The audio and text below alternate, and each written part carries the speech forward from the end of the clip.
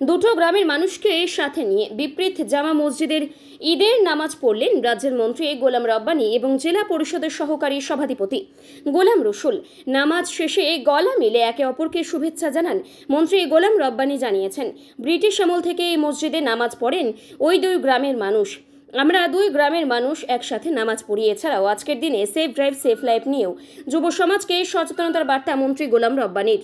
বললাম ঈদের পরও আজকে আবার ঈদের আজকে এটা আগে আমরা পড়েছিলাম ঈদুল ফিত্র পড়েছিলাম মার্চে। এটা ঈদুল আজহা যেটা আমরা বকরিদ বলি, আজকে বকরিদের নামাজ ঈদুল আজহার নামাজ হলো 8:30 আর 8:15 শেষ। এটাতে স্যাক্রিফাইসের এটা মানুষের যেটা উইল পাওয়ার আছে, আর মানুষ যদি স্যাক্রিফাইস করে আল্লাহ ওনাকে ইনাম দেয় আর আল্লাহ ওনাকে ভালোবাসে।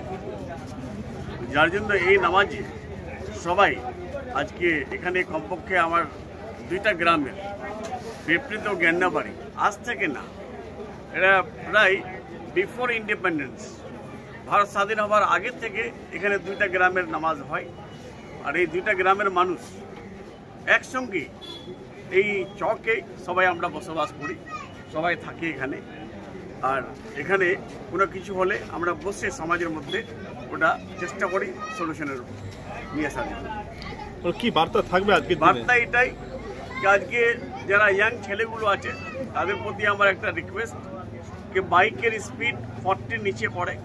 1 2 নম্বর, কোনো জায়গায় আমি মসজিদে রিকোয়েস্ট করলাম, এই রিকোয়েস্ট আমি সবাইকে বলবো কি যেটা কুরবানি হবে আজকে, ওটা যেটা ইররিলেভেন্ট পার্টস যেরকম ব্লাড, যেরকম হাড়, এগুলো কমপক্ষে একটা মাটিতে যদি পুঁতে দেয় এটা সব থেকে ভালো।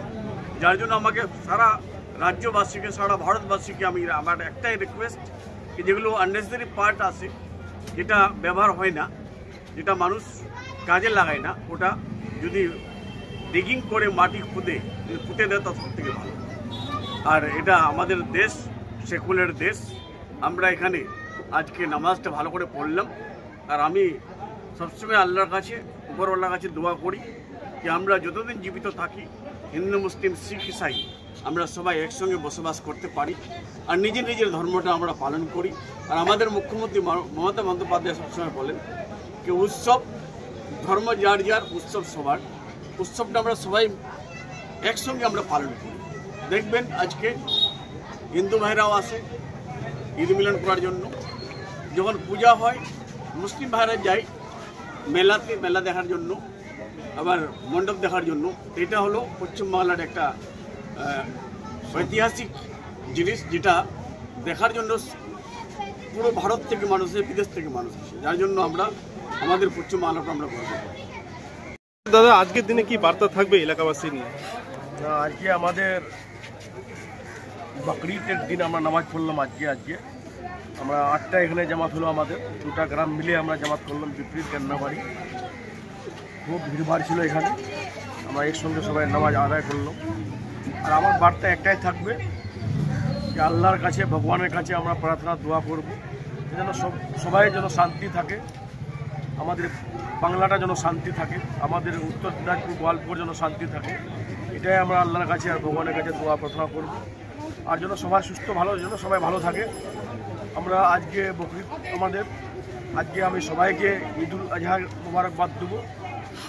আর আমার পুরা হিন্দুস্তান, ভারত যেন শান্তি থাকে, আমরা যেন ঘৃণা রাজনীতি কেউ না করি, সবাইকে নিয়ে মিলেজুলে যেন আমরা ভারতে বাস করি। এটাই বার্তা থাকবে আপনাদের চ্যানেলের মাধ্যমে। আর আমরা চাচ্ছি কি সবাই যেন শান্তিভাবে থাকে।